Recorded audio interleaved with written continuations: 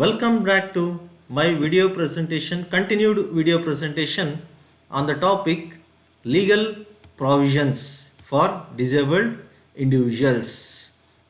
So friends, in the previous video, we have discussed about the constitutional provisions provided for the disabled individuals. ಆತ್ಮೀಯ ವಿದ್ಯಾರ್ಥಿ ಮಿತ್ರರಿಗೆ ಮತ್ತೊಮ್ಮೆ ಸ್ವಾಗತ. ಹಿಂದಿನ ವಿಡಿಯೋದಲ್ಲಿ ನಾವು ಅಂಗವಿಕಲರಿಗೆ ಮೀಸಲಾಗಿರ್ತಕ್ಕಂತಹ ಕೆಲವೊಂದು ಕಾನೂನುಗಳ ಬಗ್ಗೆ, ಅಂದರೆ ಸಂವಿಧಾನದಲ್ಲಿ ಏನೇನೆಲ್ಲ ಅವ್ರಿಗೆ ಕಾನೂನಿನ ಅವಕಾಶವನ್ನು ಕಲ್ಪಿಸಿದ್ರೆ ಅನ್ನೋದ್ರ ಬಗ್ಗೆ ತಿಳ್ಕೊಂಡಿದ್ವಿ. ಈ ದಿವಸ ಅವ್ರಿಗೆ ಶಿಕ್ಷಣ ಕ್ಷೇತ್ರಕ್ಕೆ ಸಂಬಂಧಪಟ್ಟಂತೆ ಕಾನೂನಿನಲ್ಲಿ ಯಾವ ರೀತಿಯಾದಂಥ ಅವಕಾಶವನ್ನು ನೀಡಿದ್ದಾರೆ ಅನ್ನೋದನ್ನು ತಿಳ್ಕೋಣ. So in this video, let us start to know about the provisions which are provided in the educational field. Okay students, so here very fast we can see that in the article 29(2) they have provided a provision which enlightens they will have right to education. That means right to education. They will also educate, which is available to all citizens including the disabled.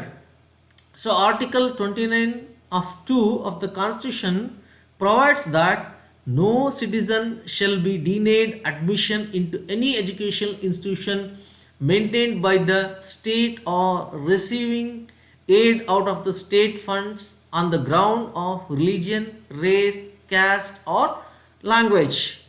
You know, nowadays some of the schools at certain times they will restrict to allow the disabled individuals. It is punishable offense. They will also have a right to get education.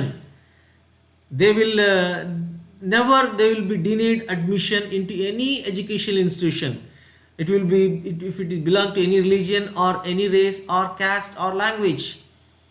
Even on the ground of religion of the disabled individual, we should not deny from his admission. Okay, ಅಂದರೆ ಶಿಕ್ಷಣ ಹಕ್ಕು ಏನು ಹೇಳ್ತದೆ ಅಂತಂದರೆ ಅಂಗವಿಕಲರು ಸೇರಿದಂತೆ ಎಲ್ಲ ನಾಗರಿಕರಿಗೂ ಲಭ್ಯವಿದೆ. ಸಂವಿಧಾನದ ಅನುಚ್ಛೇದ 29(2) ಏನು ಹೇಳ್ತದೆ ಅಂತಂದರೆ ರಾಜ್ಯವು ನಿರ್ವಹಿಸ್ತಕ್ಕಂತಹ ಯಾವುದೇ ಶಿಕ್ಷಣ ಸಂಸ್ಥೆಗೆ ಪ್ರವೇಶವನ್ನು ನಿರಾಕರಿಸಬಾರದು. ಅಂದರೆ ಅವನಿಗೆ ಅವಕಾಶವನ್ನು ಕೊಡಬೇಕಾಗ್ತದೆ. ಅವನು ಯಾವುದೇ, ಈಗ ನಾನು ಈ ಒಂದು ಶಾಲೆಗೆ ಸೇರ್ತೀನಿ ಅಂತಂದರೆ ಅಲ್ಲಿ ಅವನಿಗೆ ಅವಕಾಶವನ್ನು ನೀಡಬೇಕು. ಅವನಿಗೆ ಯಾವುದೇ ರೀತಿಯಾದಂಥ ನಿಬಂಧನೆಯನ್ನು ಹೇರಬಾರದು. ಅಂದರೆ ಅವನ ಧರ್ಮದ ಆಧಾರದ ಮೇಲೆ, ಅವನ ಜನಾಂಗದ ಆಧಾರದ ಮೇಲೆ, ಜಾತಿ ಅಥವಾ ಭಾಷೆಯ ಆಧಾರದ ಮೇಲೆ ಯಾವುದೇ ರೀತಿಯಾದಂತಹ ನಿರ್ಬಂಧವನ್ನು ಅಥವಾ ನಿರಾಕರಣೆಯನ್ನು ಮಾಡಬಾರದು. ಅದರಲ್ಲೂ ಯಾವುದೇ ಸರ್ಕಾರಿ ಸಂಸ್ಥೆಯಿಂದ ನಿರ್ವಹಿಸ್ತಕ್ಕಂಥ ಶಾಲೆ ಆಗಿರ್ಬೋದು ಅಥವಾ ರಾಜ್ಯದ ನಿಧಿಯಿಂದ ಸಹಾಯವನ್ನು ಪಡೆದುಬಿಟ್ಟು ನಡೆಸ್ತಕ್ಕಂಥ ಶಾಲೆಯಲ್ಲೂ ಕೂಡ ಅವನಿಗೆ ಯಾವುದೇ ರೀತಿ ನಿರಾಕರಣೆಯನ್ನು ಮಾಡಬಾರದು ಅಂತೇಳಿ ಕಾನೂನಿನಲ್ಲಿ, ಅದರಲ್ಲೂ ಅನುಚ್ಛೇದ 29(2) ಹೇಳಿದ್ದಾರೆ. And next, another important provision which is provided in the Article 45. So this Article 45 of the Constitution directs the state to provide free and compulsory education for all children, including the disabled, until they attain the age of 14 years. No child can be denied admission into any education institution maintained by the state or receiving aid out of state funds on ground of religion, race, caste or language, which is already mentioned in the Article 29(2). There in Article 29(2) they have mentioned there should be provision for education. It is considered as a right, and they should not be denied for admission. So here it highlights free and compulsory education up to the age of 14 years, up to the student or disabled individual. When he attains up to the age of 14, there should be free and compulsory education should be provided. ಅಂದರೆ ಸಂವಿಧಾನದ 45ನೇ ಅನುಚ್ಛೇದದಲ್ಲಿ ಏನು ಹೇಳ್ತದೆ ಅಂತಂದರೆ, ಎಲ್ಲ ಮಕ್ಕಳಿಗೆ ಅಂಗವಿಕಲರೂ ಸೇರಿದಂತೆ 14 ವರ್ಷ ವಯಸ್ಸಾಗುವವರೆಗೂ ಕೂಡ ಉಚಿತ ಮತ್ತು ಕಡ್ಡಾಯ ಶಿಕ್ಷಣವನ್ನು ಒದಗಿಸಬೇಕಾಗ್ತದೆ. ಯಾವುದೇ ರೀತಿಯನ್ನ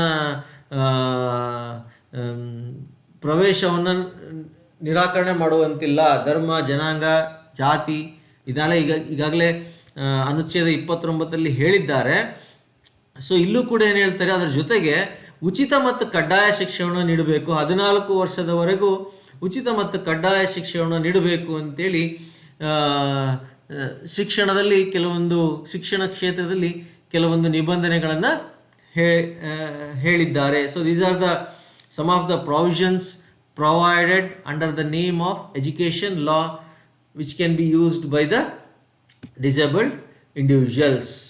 So next let us see what are the provisions provided in the health sector. ಅಂದರೆ ಅಂಗವಿಕಲ ಆರೋಗ್ಯಕ್ಕೆ ಸಂಬಂಧಪಟ್ಟಂತೆ ಕೆಲವೊಂದು ಕಾನೂನಲ್ಲಿ ಏನು ಹೇಳಿದ್ದಾರೆ ಅನ್ನೋದನ್ನು ಈಗ ತಿಳಿದುಕೊಳ್ಳೋಣ.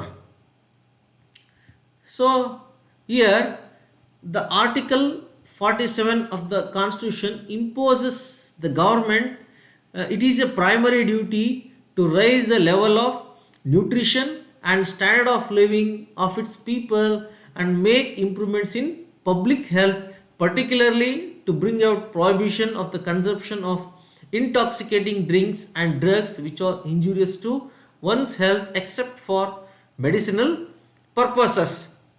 That means government has to take responsibility in maintaining the nutrition or health condition of any individual, especially the disabled individual.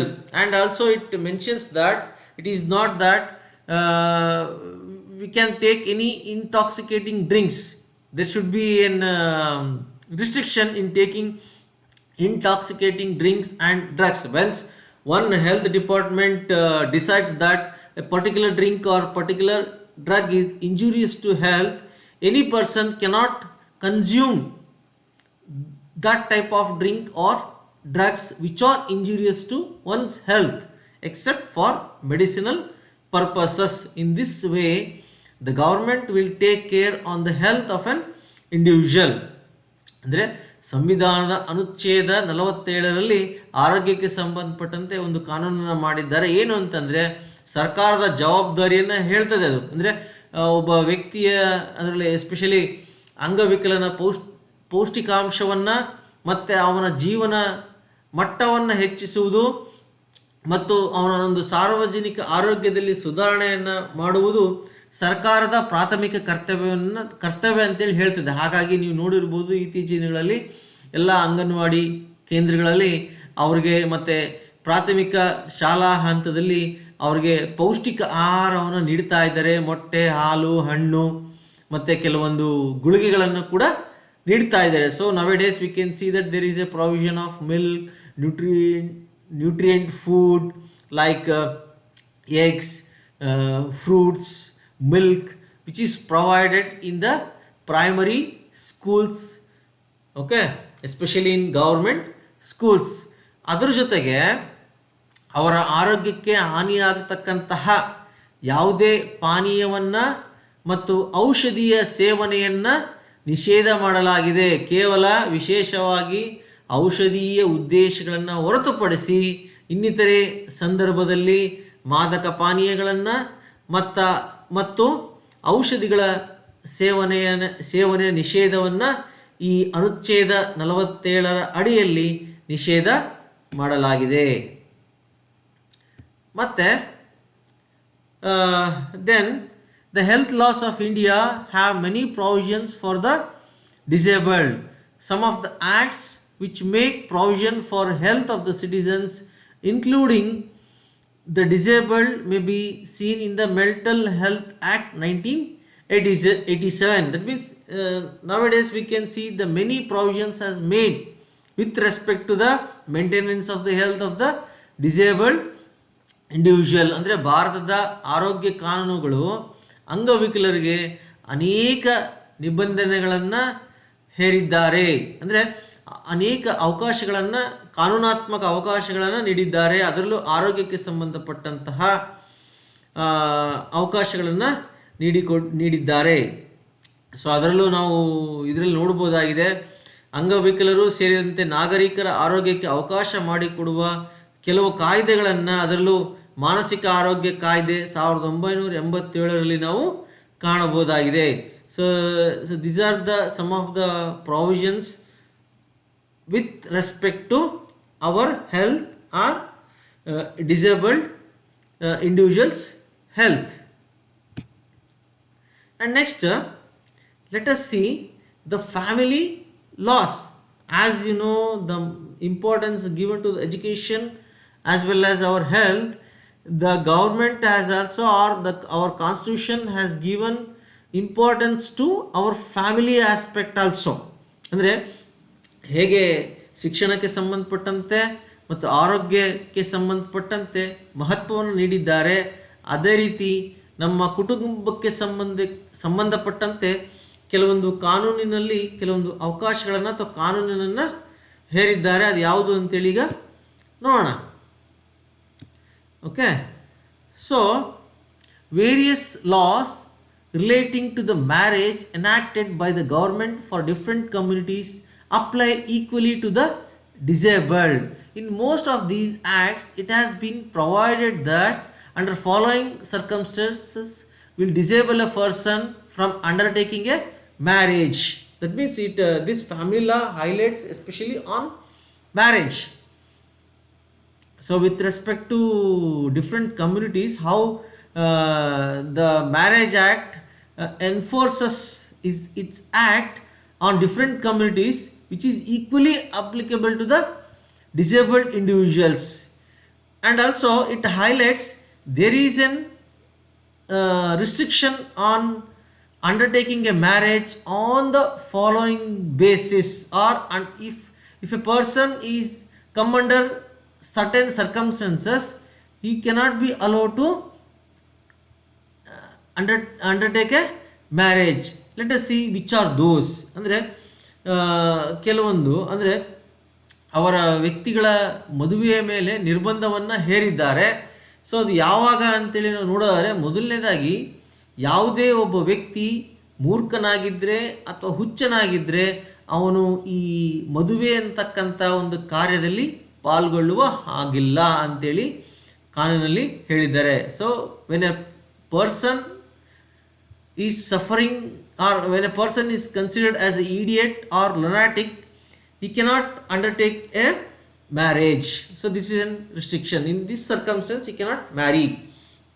Or where one party is unable to give a valid consent due to unsoundness of mind, or if he is suffering from any mental disorder of such a kind and extent as to be unfit for marriage for procreation of children. That means if a person is considered as unfit for procreation of children, he cannot be allowed to undertake a marriage. So or if a person is considered, or if a person is suffering from any mental disorder or is unsoundness of his mind, then also he cannot undertake a marriage. Why these laws have framed with respect to marriage? Because nowadays we can see that some persons are forced to undertake a marriage. Although he is suffering from these kinds of disorders, by that time these laws will helpful to a normal person who is not having a wish to undertake a marriage. ಅಂದರೆ ಯಾವಾಗ ಒಬ್ಬ ವ್ಯಕ್ತಿಯ ಮನಸ್ಸು ಅಸ್ಪಷ್ಟತೆಯಿಂದ ಕೂಡಿರ್ತದೆ ಅಥವಾ ಅವನು ಮಾನಸಿಕ ಅಸಮರ್ಥತೆಯನ್ನು ಹೊಂದಿರ್ತಾನೆ, ಆಗ ಅವನು ಈ ವಿವಾಹ ಅಂತಕ್ಕಂಥ ಒಂದು ಕಾರ್ಯದಲ್ಲಿ ಭಾಗವಹಿಸಲಿಕ್ಕೆ ಆಗೋದಿಲ್ಲ ಅಥವಾ ವಿವಾಹ ಆಗಲಿಕ್ಕೆ ಸಾಧ್ಯವಿಲ್ಲ. ಅಥವಾ ಯಾವಾಗ ಒಬ್ಬ ವ್ಯಕ್ತಿ ಮಕ್ಕಳ ಸಂತಾನೋತ್ಪತ್ತಿಗಾಗಿ ಅನರ್ಹನಾಗಿರ್ತಾನೆ, ಅವನು ಕೂಡ ಮದುವೆ ಅಂತಕ್ಕಂಥ ಒಂದು ಕಾರ್ಯದಲ್ಲಿ ಪಾಲ್ಗೊಳ್ಳೋ ಹಾಗಿಲ್ಲ. ಅಂದರೆ ಮದುವೆ ಆಗಲಿಕ್ಕೆ ಸಾಧ್ಯ ಇಲ್ಲ. ಪಾಲ್ಗೊಳ್ಬೋದು, ಮದುವೆ ಅಂತಕ್ಕಂಥ ಕಾರ್ಯದಲ್ಲಿ ಪಾಲ್ಗೊಳ್ಬೋದು, ಆದರೆ ಮದುವೆ ಆಗಲಿಕ್ಕೆ ಸಾಧ್ಯ ಇಲ್ಲ, ವಿವಾಹ ಆಗಲಿಕ್ಕೆ. Next, the another provision made in this family law is that this law enlightens the stoppage of child marriages or a ban on child marriages or preventing the take part of disabled individuals under the name of child marriage. Also, it highlights the role of a disabled individual as a guardian. That means under different marriage acts like Hindu Marriage Act or Christian Marriage Act or the Parsi Marriage Act or even some other marriage act, in all the marriage acts mention that there should be a prevention of the solemnization of child marriages also applies to the disabled. That means even we cannot do the child marriage for normal individual, likewise even it is equally applicable to the disabled individual. That means disabled individual should not be a part of a child marriage. It is completely solemnized, and as well as it enlightens the role of a disabled individual as a guardian. That means a disabled individual or a disabled person cannot act as a guardian of a minor. Okay, so this is mentioned here. And next, even this Wards Act 1890 says that if the disability is of such a degree that one cannot act as a guardian of the minor, the similar position is taken by the Hindu Minority and Guardianship Act 1956 as also under the Muslim law. That means it is not only mentioned in Hindu Marriage Act, even it is also mentioned in Muslim law also. That means the disabled person cannot be act as a guardian of a minor. Okay, so this is some of the information which is provided in the Family Act. So students, till now we have come to know about some of the provisions provided in education laws, health laws, as well as in family laws. Hope you have understood. So in the next video we can see the some of the provisions provided in succession laws, labor laws, as well as judicial procedures and in income tax laws.